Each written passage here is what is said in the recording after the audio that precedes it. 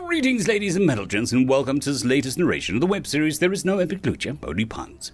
If you're new to the series, there is a playlist listed down below in the description, and as always, I hope that you enjoy. Chapter 180. Silverware? Swa, Billy, and Num were some of her oldest creations, along with Mushi and Maestro. So it was beyond pleasing to Delta that Billy and Num were hatching from their evolution eggs. Why did they need to be in eggs? Delta didn't really know. Prim had an answer, even if she was refusing to directly respond to her name. The shells protect the monsters from the foreign mana that could destabilize or mutate the monsters into a less desirable state. Examples would include an aquatic monster being tinged with fire and creating disharmony within its function. But mutations can also be good or healthy. Sometimes things need to get a little wild to create a diverse ecosystem. Delta said as Farah gently put both eggs on one of her tables. She had an aloof manner as always, but Delta knew that she was excited. She closed down the bar. Farah never closed the bar. A dungeon is controlled down to the last detail. Create, learn, and improve. This is a cycle that is the foundation of a dungeon. Delta wasn't sure Prum was clinging to the statement due to her nature or desperation. Sure, learning is cool, Delta said with a wide smile. You do not learn, you have an outcome and make it happen. If something challenges that outcome, you assimilate it, destroy it, or drive it mad. Prim's words seemed accusatory, and Delta didn't see what the big issue was. Well, Sis said that other dungeons weren't doing as well as she'd hoped, so she invited me into it all. So, by your mindset, since Sis said it's absolute law in dungeons, that means I'm the superior method, she pointed out, and Prim's screen glitched for a moment. What you say is true, but for some reason, I do not want to accept it as truth. Watch denial, sugar, Farah grunted as the two eggs shook. Delta leaned in with anticipation.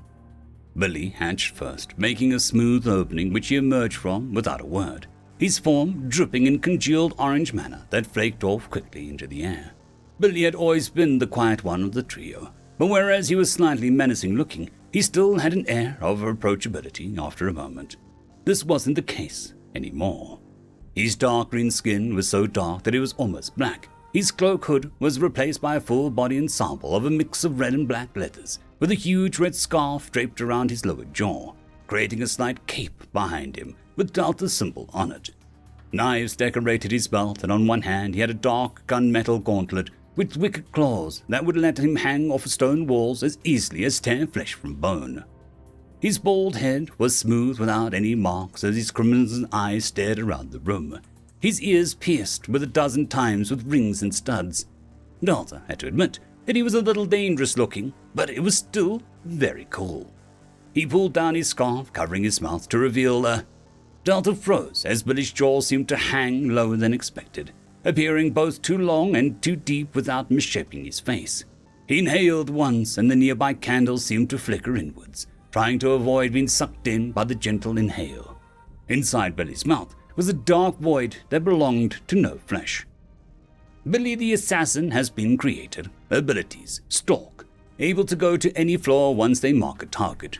Dead men tell no tales. On a successful kill, Billy can inhale their soul and stop it reaching the afterlife. Poison immunity. Nothing below legendary or mythical poison can affect this goblin. Cocktail lover. Will only drink cocktails with umbrellas in them. Gods, I could kill for a white Russian, Billy groaned, his voice so rough it felt like glass to the ears. It seemed Billy had access to the next layer of Delta's knowledge since he evolved. The drink or... Delta trailed off as Billy covered his lower face and grinned with those feral eyes. Neither are. That was when Num's egg hatched, and unlike Billy, Num seemed to have flexed so hard his eggshell went flying all over the bar. He stood up and up and up. Delta craned her neck, mouth dropping open.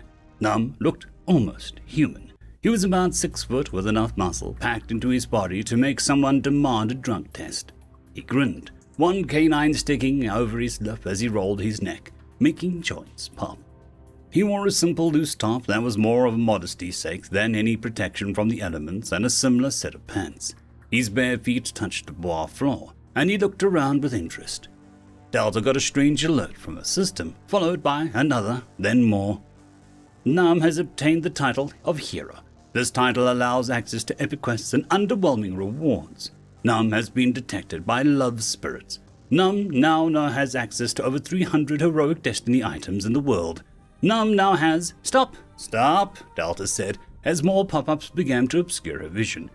Due to Alpha rejecting all social and inspiring heroic quests, these have been transferred to his elder sister and to Num. 4692 active social and reputation quests transferred.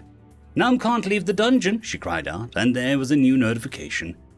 Delta is becoming famous. All quests will come to her, such is the price of being too prone to mutating. There was a note, and Prim let out a cry of relief as Nu stepped back into the picture. Oh, you're sentient now. I left you alone for an hour, Nu sighed, as Prim retreated to the shadowy bowels of the system and out of sight. Nu, I made a protagonist. I'm a goblin and the princess wants to marry me. Level of protagonist, Delta said in panic, as Num flexed and his shirt strained. It won't be too bad. It's not like a princess will actually come here. The chances of that are so low that it's laughable. Besides, I've looked through these quests. Most of them are unfinished because they require Alpha to impress a baker with his cooking, or make a sad girl laugh, or you get the idea. Alpha could totally... Delta cut herself off as she recalled a strange memory. It was distant, like a watery ripple, but she saw a boy, like Alpha, standing in the middle of a classroom. Groups had formed for a project, and Alpha was by himself, unmoving and unbothered by the result. A girl approached him. Do you want to join our group? We're going to do a project on boy bands, she said, and Alpha looked at her strangely. I don't like boy bands, he said with a calm tone. The girl blinked and then retreated. Never mind, she muttered and looked up at Num's pop-up. Num, the hero, has been created. Abilities, destiny. A destiny has been crafted by, error. Sister has prevented gods from putting a destiny on Num. Sister's destiny, be himself. Hero. While protecting someone, his abilities sharply rise. Chosen one. Num can master any skill to a decent level, even complicated arts. Heart of gold. His intentions come across so clearly that they can cause a maiden or young lord to instantly fall for him. The more negative their first impression beforehand, the stronger the turnabout. Warning, this skill does not create or force love. This skill only conveys Num's intentions to receptive people and makes Num more apparent and open if they dismissed him beforehand. For attraction, Num's physical appearance has been made moderately desirable to the public. Nemesis. A villain somewhere in the world will be drawn to Num. Heart of gold might also affect them. Delta stared with a long expression. I don't want thirsty people coming down here for my goblin himbo, she said bluntly. It would be like Estelle coming back and seeing Rael and Num in the same room. Delta didn't need that degeneracy. I don't feel any different. I thought I'd feel all heroic and stuff, Num said, and his voice sounded both innocent and deep, like a lion with shorts on. Heroes must taste delicious, Billy crackled. Nearby Swar was sitting in the corner, looking pensive at the result of his brothers. Delta knew the fire mage had a big choice coming up for his own evolution path, but she didn't push him. Swar always had body issues, and she wanted to be supportive. Still, it made her think of Estelle and how the group was getting on. Yatina felt giddy, sick, and dazed all at the same time as she walked down the path between different Fairplay buildings. The badge on her chest was heavy and constantly pulling at her attention. Her old badge didn't feel this heavy. People were looking at her different, some with surprise, shock, and some others, perhaps loyalists of Kayleen, with hate. Well, with as much hate as torn souls would allow. She paused when she saw a group near the front of the camp, adventurers by the look of it, 2 men and a woman. The woman was leaning on the reception table with a furious expression. Yatina eyed her revealing dress and high heels, which seemed to defy the mud that she stood on with magic platforms. Why didn't she just wear flat shoes if she was going outside? Yatina drew closer to hear the woman ranting at some poor single-finger ranked man who worked at the desk. I don't care who you need to kiss, or worse, to get something done, but I want parties organized, I want groups in formation, I want people helping, she barked, and the man looked torn between terror and breathless admiration. Sir, Yatina, the man said, and Yatina blinked. Right. She'd obtained a rank equal to an honored knight within Fairplay. It felt weird. She preferred captain. The woman spun on her spindly heels to face her, pausing in shock at Yatina's appearance before schooling her features. Estelle, that's a forefinger. Not worth the trouble, one of the men hissed. How can I help? She questioned. This would be her first act since promotion. Helping people was a good start. My name is Estelle. This is Hazar and Khan. Our teammate is missing, she said, with a tone like a snake that was spitting fire. Missing, she echoed, and the woman inhaled sharply through her nose. Missing, location unknown, not here, and we do not know why. Away without a note. I was owed a note, at least. I was beginning to get used to him, and even design a proper outfit for him, but he's gone, Estelle snapped. Missing people weren't Fairplay's area, but Yatina decided not to brush this off. She could say that aiding the locals aided Fairplay long term, or some nonsense if she needed a reason. What about the local authority? She asked, and the group tensed. We asked the local PK, and he was too busy chasing ducks, Hazar muttered. We tried Rudy, but she's not home, Khan said, and for the first time Yatina noticed that they were all wearing peacekeeper bands, a means by which a peacekeeper enforced a punishment on people. Were these people criminals of sorts? Ma'am, I said we wouldn't get involved, the receptionist said stiffly, and Yatina shot him a curious look. Their teammate, he said with an expression close to disgust on his face, is a silver-tainted, he said, the words thick with history. Estelle turned and grabbed the man by the shirt and drew him closer. Their noses were almost touching when she hissed at his terrified face. Don't talk about my freaky teammate with that tone, she said, her eyes flashing with decently powerful magic. An arc of black lightning flickered off her body, and the air smelled of ozone.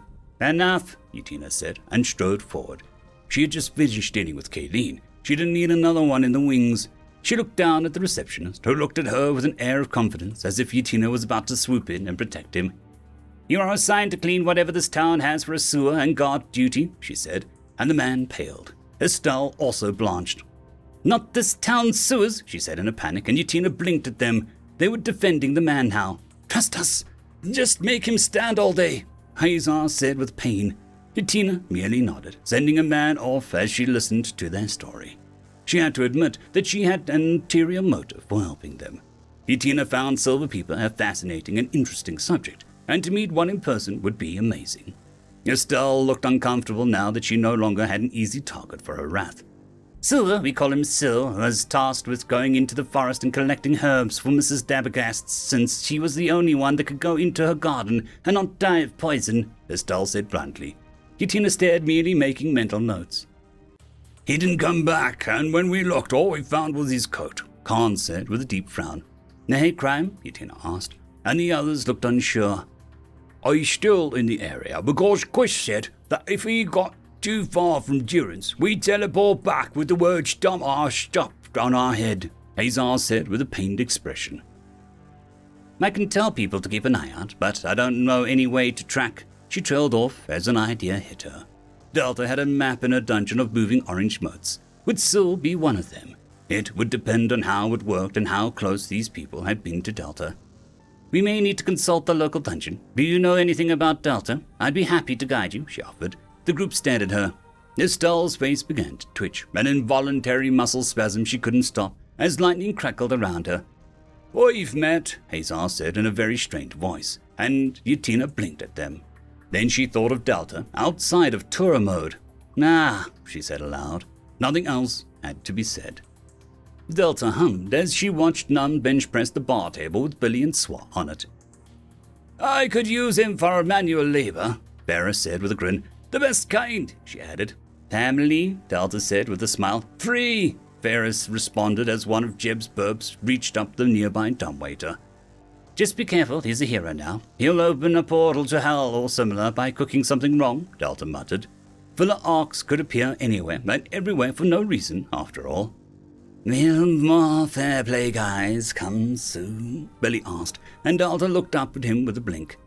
Soon, I guess, They seem persistent, she said, and presumed Billy was just eager to try his new form. You want to eat their souls, don't you? She said bluntly. Billy smiled like a child caught with a snack that he shouldn't have.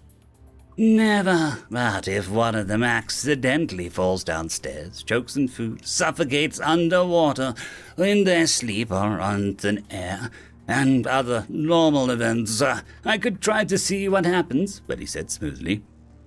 That sounds like murder with extra deniable steps, Delta said flatly. It's not murder. It's trimming the gene pool, Billy argued. Don't get sassy with me, young man, Delta warned, and Billy grinned, ducking into the shadows to wander off. Teenagers, Farah scoffed with a roll of her eyes. Only one thing on their minds, she said as she retreated behind the bar to mix a drink. Sticking things into people, Delta said with a sigh. To do as much possible with as little effort as possible, Farah stated with absolute confidence. I can do better than that. 5,000 squats, here I go, Num proclaimed and began to lower, then lift his body. Farah eyed him.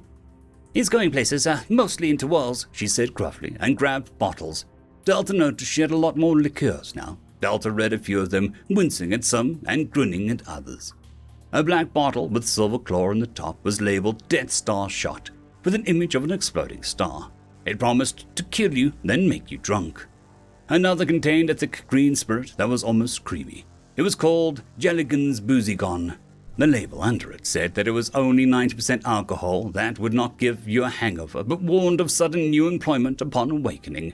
It was a thick, grimy bottle called Jeb's Feel Good, a drink brewed from troll soup that had been filtered a dozen times over, then mixed with mint.